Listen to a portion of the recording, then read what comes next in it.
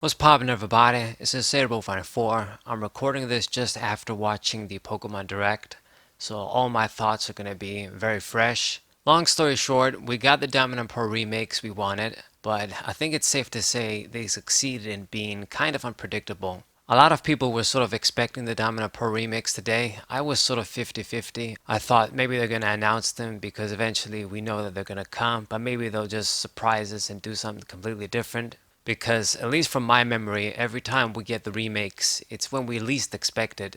That's the way I remember it happened with Auras anyway. But yeah, I gotta admit, even though I've been very critical of Pokemon these last couple of years, when the video started playing and you see the DS and you see the 2007 and you know that, okay, shit is gonna go down, it's the DP remix, I was kinda hype, I was kind of excited. Now, what did surprise me, and I'm actually glad this happened actually, is looking at the style, the graphical style of the traditional remakes, the Brilliant Diamond and Shining Pearl Sinnoh games, where it looks like they're basically emulating the graphical style sort of remake when they did that Zelda game for the Nintendo Switch. I don't remember the name, I'm not too familiar with Zelda, but the latest Zelda remake that they did on the Nintendo Switch, where it has that sort of chibi, cutesy, sort of clay art direction, graphical style.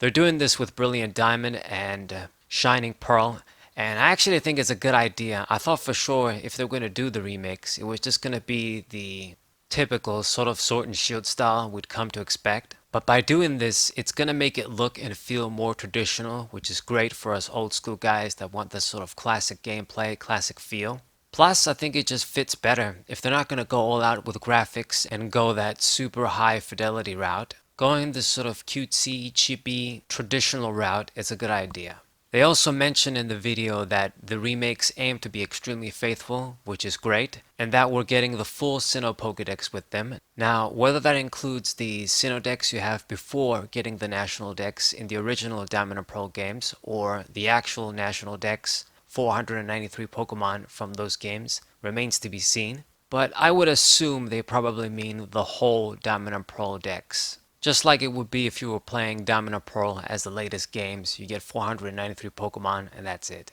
That's good enough, I guess, since they're adamant about no other future Pokemon games will have a full, complete Pokedex of all the Pokemon from every generation. Getting the 493, the max amount of that specific generation back then, is good enough. Having said that, we do want to see some new shit as well from these games. Kind of like with Auras, I don't just want it to be the Pokemon we already know. Maybe we're gonna get some Mega forms, or I guess just the Gigantamax forms right now. They definitely have to do something for Dialga and Palkia, and even Arceus. They get some sort of not primal, but some sort of enhanced versions, you could say, like Groudon, Kyogre, etc. Now here comes the part where they sort of prove to me that they are trying to push themselves and stretch themselves, you could say. Pokemon Legends Arceus. This is going to be another game based in Sinnoh, but from the looks of things, this is going to be the sort of Pokemon game that we hoped Sword and Shield would be. Open world, we saw the trainers walking around and throwing Pokeballs in real time, and I even saw the characters roll like you would roll in like Bloodborne or some other action games and stuff. And that definitely hints at something revolutionary. They did say they're doing something that they've never done before. I mean, they always sort of say that anyway, but from what I've seen, it does look like this is something that's going to be more revolutionary. I mean, what they did with the starters in that game is also pretty daring. The starters for that game is going to be Rowlet, Cyndaquil, and Oshawott. It's going to be from different generations, Gen 2, Gen 5, and Gen 7. Pretty random combination, but maybe there is some sort of reason. I don't know if Typhlosion and the other guys are going to get some new forms or something. But I mean, they might as well let us pick a starter from any generation if that was going to be the case, or at least include more options. Maybe two of each type or something. Also, if I was a guessing man, I don't think it's just coincidence that they're going to make the DP remix and the Pokemon Legends Arceus is also going to be in Sinnoh. I'm pretty sure these games are going to have some sort of connectivity or just something about them. So there's that. And that's about it. Not much else to talk about from what we've seen. Still early, we're going to have to wait and see how these games develop, especially the Pokemon Legends Arceus game. Before I forget, Game Freak is going to be involved with both games, from what I remember anyway, and Junichi Masuda will be the director of the Shining Pearl and Brilliant Diamond games. So I think that's good. Those games are sort of his babies, you can say. And I think if he's gonna have the freedom to do shit the traditional way and not like the Let's Go games, you can say, then I do still think he's a good director. I mean, I don't forget that he's the guy behind Ruby Sapphire, Diamond and Pearl. My favorite generations, pretty much. So we shall see.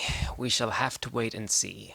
It's up to them to really prove to us that they're trying to take this shit on the next level, and they sort of realize that they gotta be on the same level as other top first party games from Nintendo.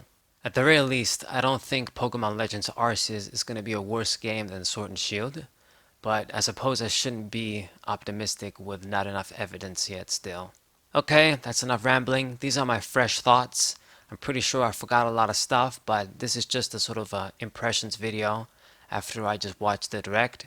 You guys can tell me what you think in the comments. Are you excited for the remakes? Did you expect them? Are you excited for Pokemon Legends Arceus? If you don't have a Nintendo Switch, did this entice you to get a Nintendo Switch for any of these games? What do you guys think? I've been Saberwolf94. Thank you guys for watching. I'll see you next time for my usual TCG content. And that's what's up.